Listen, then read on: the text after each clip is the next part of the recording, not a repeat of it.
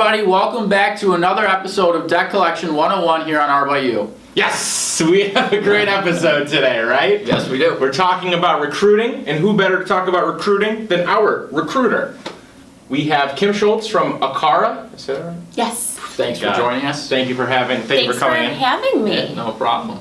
Pleasure's all ours. So, start off by telling us a little about yourself. How you got into recruiting? Well, I actually, before I was a recruiter, I worked in college admissions. So it was actually a really great transition. I worked in college admissions for a couple years and kind of wanted something bigger, better. So kind of let friends and family know that I was looking, which is actually an awesome tip for job seekers. If you are looking for a new job, make sure that people know, Make sure your friends know, make sure your family knows, because everybody knows everybody in Buffalo. That is the thing about Buffalo. So I let people know that I was looking and got my resume to Superior Group, which is now Acara Solutions, and here I am 3.5 years later. Wow. Yeah. What school? Bryant and Stratton College. Got it. Cool. So how do you like recruiting? I love recruiting. I love finding people new jobs, their dream jobs, getting them more money, getting them a better atmosphere. Cool. It's super rewarding. It's super awesome. Love it. What do you look for when picking a recruit? Is that right? Yeah. A recruit? There's a lot of different things to look for. Obviously, my client comes first, so I really try to understand what they are looking for in a candidate. So I try to really understand their education requirements and culture and background and experience. And then when I'm looking at candidates, I'm looking, do they meet what my client is looking for? Do they have the education background? Do they have that same sort of culture or personality fit that will mesh well with the team? Nice segue. So, speaking of all that, how important is culture to matching a candidate? So important. Really? And I think it's gotten a lot more important recently. We were just talking, before this even started. You were late. You were late to the game. You're not 10 minutes early, you're late. And we were talking about how, I'm sorry. No. We're talking culture with millennial generation, right? Yeah. And how maybe a few years ago it wasn't as important as it is now, but culture is just becoming so important to even the younger generation, kids that are just getting out of college. They're seeing what these awesome companies like Google and Amazon are doing, and they're like, well, I want to work for a company like that.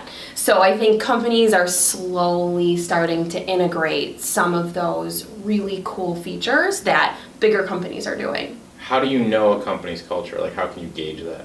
By meeting with them before you start recruiting on some of their jobs. So I like to meet with a client and maybe visit their office space, meet with a couple members of their team, take a quick tour, just get a better feel for what the office vibe is like. I ask them, what's a standard day in the office? Is everybody sitting at their desk, or are they quiet, heads down, not talking, or is everybody making friends, grabbing coffee? Are you going out to happy hours?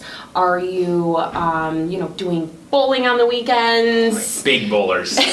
Big bowlers. See, and that's, then I wouldn't want to find someone who just wants to sit at their desk all day and do their work. Yeah, Right. I wanted to recruit softball players. That was my goal. Right. For our softball team. Yeah. We still lost everything. We still didn't work. We could not find good softball You players. tried to recruit me for the softball I team. recruited everyone for the Yeah. softball team. Anyone who could play softball, I was ready to recruit them. One of the biggest concerns we get from our current clients, which are majority collection agencies, is it's hard to recruit people. They need to know how to recruit people, how to bring people on board. And we were talking How to keep before, It's hard. collection agencies isn't something that you guys are, that you do very much, but you do work with a few. But you said there was a lot of carryover, right? Yeah, I think what collection agencies can do to attract and retain great talent is something that really can go with any company, whether Right. it's a call center, customer service, whether it's an office or anything of the sort. I mean, I think there are things that every company can do to do that. So making the office space an environment, like an inviting place that someone's gonna want to come It's to a great work tip. in That is a every great tip. day. Because a lot of times you walk into these places So, and so that's the easiest and the cheapest it's the thing. easiest thing to do. Get a fresh coat of paint Yeah. and some peel-on floors, and you're happier than a Yep. Comfortable chairs, good lighting, good desk space. Yeah, I mean, just make it an inviting place that people want to come to work. And then also, I think it's important that companies ask their current employees what they like and what they don't like, because I think that's a great way that companies can attract new talent, is by seeing, okay, what are our current employees liking, or what are they maybe not liking? I know, personally, my supervisor asks me every once in a while, hey, what can we do for you? What do you need from me to make you happy? And you can't be quiet. You got to tell people, if you're unhappy about something, make it known. The worst they're going to say is no. So, I love that. Or what's in that question in about half an hour? flexible work hours are like something that's become huge. Being able to work from home, the flexibility is really important, because companies are now learning that people have lives outside of work. They have families, they have dogs, they have other activities that they like to do. So, and I think good employees will want to balance that work-home life. Right. Who doesn't want to balance that work Yeah, home that's life, right? something, you said that's something you recently started having, right? Yeah, our company recently, brought in a flexible work schedule where we can really work between 7 and 7, and it's awesome. We love it. Oh yeah. It's myself. We love it, and it changed how the office vibe is completely. Everybody's so much happier, because if for the people who are morning people like me, who want to get there nice and early, want to get their day done and get to the gym after work and then still get home and it's still light outside, like that's me. And then we've got other people who maybe are morning people, they want to stroll in 10, 11 o'clock in the morning, but they can work, later into the evening. That works too. How's that being received? Awesome. I mean, we've gotten really positive feedback from our management team. They haven't seen any drop in numbers. As a matter of fact, they've actually just seen us all so much happier. How do you, now we're going to gear off a little bit, but how do you, your role is very much almost like sales-based, right, to a certain extent? Yeah, So I'm selling candidates, I'm selling clients. Yeah, I'll make everything a sales role. So what do you do about the people who work till 8 o'clock at night? What are they doing between 5 and 8 o'clock? Actually, that's a great time to get a hold of candidates. Oh, okay. Makes Yeah, sense. because they're not at They're work. not at work, they're at home. That makes sense. So actually, a lot of my job is done during lunch hour, between 11 and 1, when people are taking lunches. I'll get messages out in the morning. People can respond in their lunch hour, and then I always make myself available. And that's another thing, actually. So I work 7 to 4, but I make myself available from 4 till 8 o'clock at night. And I think that's really important, because my company gave back to me that flexibility. So I'm giving back and saying, okay, well, I can be available after work hours to talk with candidates that are currently working. That's awesome. So what are some, when somebody's looking for candidates, if they can't, if they're not using a recruiting service, or they can't afford to use a recruiting service, they're just starting out, are there any red flags that you look for when somebody signs up where you're just no, I'm not even gonna touch that's a great this? question, a terrible candidate. Yeah, just where you don't even want it, you don't want to touch it. Oh, you don't- yeah. It's not worth it. What's the good? I would say the job hopping. So if someone has had 10 jobs in the last 4 years, there's probably a reason why they haven't been able to stay at any one job. So interesting. Of course, I like to give people the benefit of the doubt, but that's probably one that I wouldn't even call. But I like to always hear everybody's story out. Everybody has a different story. You never know. Maybe they just wanted to work some contract positions. They were going in between things. Maybe they just want to work, contract positions moving forward, and that's fine too. I would say other red flags are just candidates that don't follow up very quickly. You know, if you talk to them and you ask them to send you their resume and you don't get it right away. That's a flag. Yeah, Yeah. probably a We've flag. actually turned people down because they haven't responded in a timely manner. Yeah. People that don't, you know, take drug tests right away. Oh, that would be a flag too. Another Yeah. red flag. But no, I think it's really important to hear people out and give everybody the opportunity to tell you their story Right. before making that red flag decision on a candidate. Right. Usually I can tell within the first minute of talking with Really? someone. Yeah. So on the flip side, Yeah. what is like, oh my God, this person's great. Should I pull out my resume?